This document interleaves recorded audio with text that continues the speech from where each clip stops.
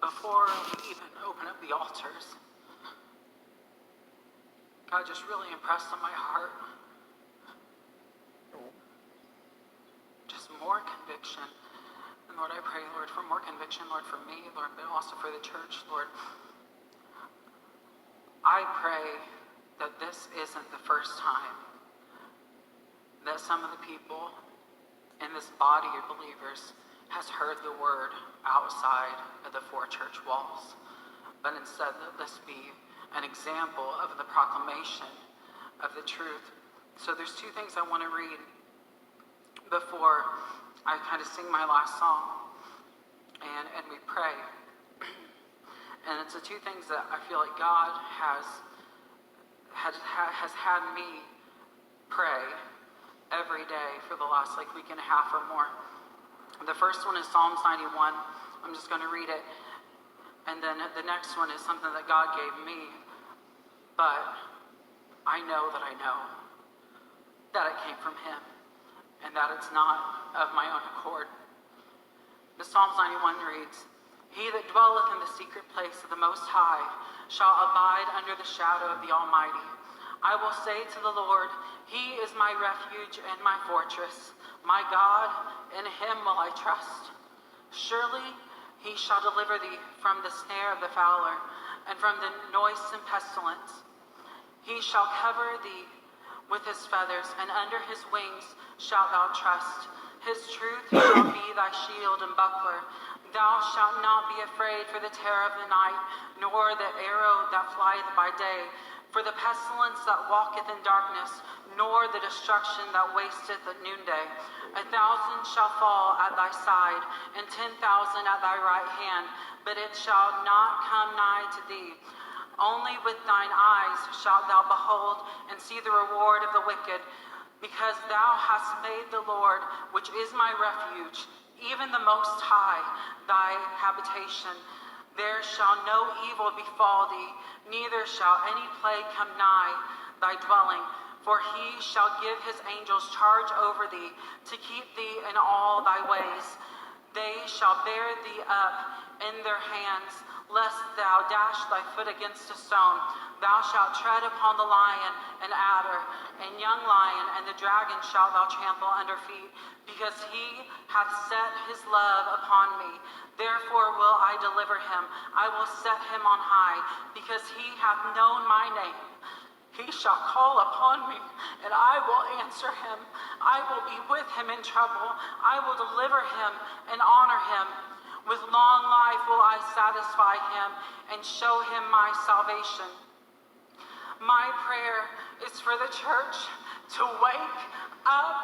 I pray that every backslider's eyes be completely open to the lies of the enemies, and the run back is the prodigal son, for a chosen people, a royal priesthood, a holy nation that will truly ask, seek, and knock, and then faithfully prepare for the outpouring that God is about to send us, to yearn for more of God and to never be quenched. I pray that the church receives God's 2020 vision, and that every snare of the enemy be uncovered and be brought to light. I pray for the prophets to pour the water on the altars once again, mocking every false god and openly challenging the army of the adversary, because who can stand before Yahweh? Who will not bow before the Son? For we know the captain of the hosts of heaven, and it is he who fights for us. Every victory he has already won. I know who goes before me. I know who stands behind, and who shall I fear? I pray for an outpouring of manna, but let this substance not be of mere grain, but of his word as he speaks to his people. For it is written, man shall not live by bread alone, but by every word that comes forth the mouth of God.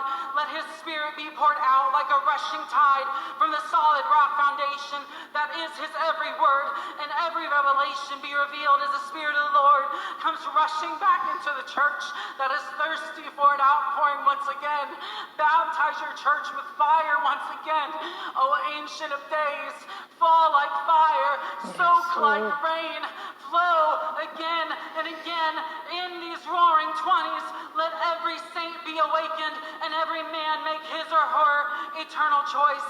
Let the dry bones that have been shaken receive the breath of life and the Spirit of God and begin to rise up as an army united and ready for battle, marching in complete in total unison, following every order and in one accord.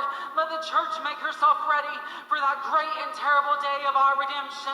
May our lamps be filled with oil. I pray as Jesus commanded. I pray for the workers. I pray for the harvesters. I pray for the time has almost come and the fields are almost ready to be reaped. Oh Jesus, we need a shower of power, but most of all, we need you. So do it again, God. Do what you are famous for. Give us the faith of a mustard seed, that childlike faith, the meekness and the humility of Moses, so that we too can be called a friend of God. Challenge us to the boldness of the first church and the boldness that our brothers and sisters, the martyrs, have resiliently shown throughout the ages and even now all over the world.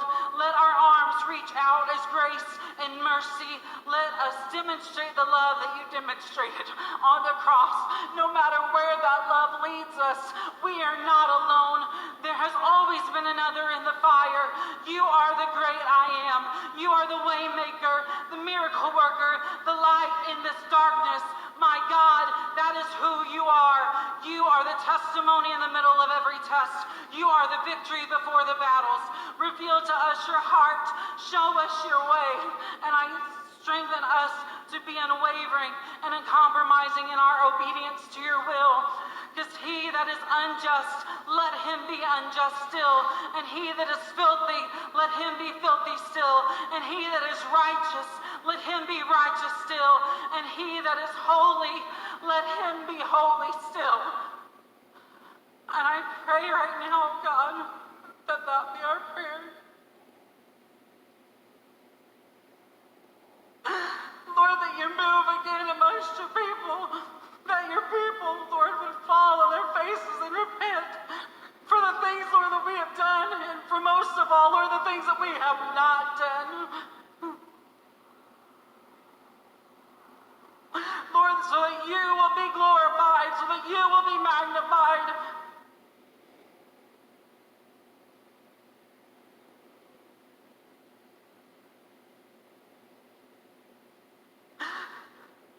How dare we pray for the little things in life that just aren't going our way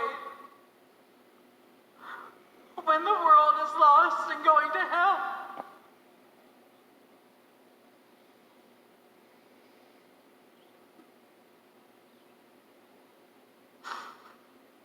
Lord, forgive us.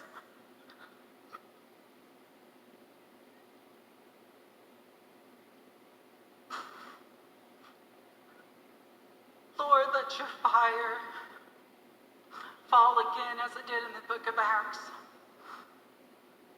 on your people, on every tribe, tongue, and nation.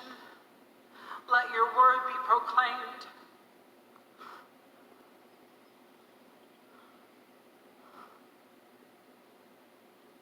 I have one song.